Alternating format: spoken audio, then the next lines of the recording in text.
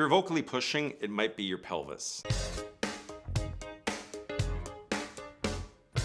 That's because too much tilt or too much tuck can cause too much tension in your voice.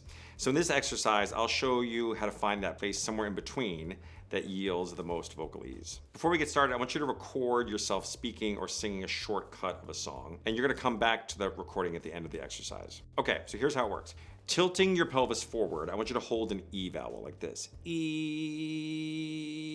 And notice the tension that comes in the voice. Then try tucking under. You're gonna do E. Notice it might not sound push, but it's not exactly the quality you're looking for. But there's some place in between that is gonna give you the most vocal ease, like this.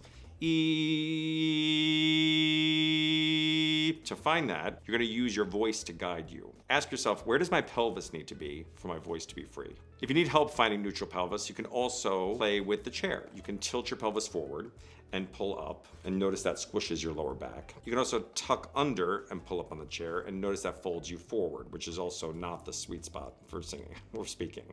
But there's a place in between that feels like your sitz bones or your ischial tuberosities plug right into the chair. That's a spot where almost as if you could have someone standing on your shoulders and you could balance them without holding them up with muscle, yeah? So find that spot and then record yourself singing or speaking that same cut that you started with, and notice if that yields any changes in your voice in a good way. If this exercise gave you more vocal freedom, then add it to your warm-up routine and try to find that even when you're standing. Let me know in the comments how this affected your voice and if you have any questions. For more self-assessments on how to free your voice, like, subscribe, and follow. And as always, if you're experiencing any vocal tension for more than 2 weeks, make sure you see an ENT or an otolaryngologist who specializes in voice. Thanks for watching, and I'll see you in the next video.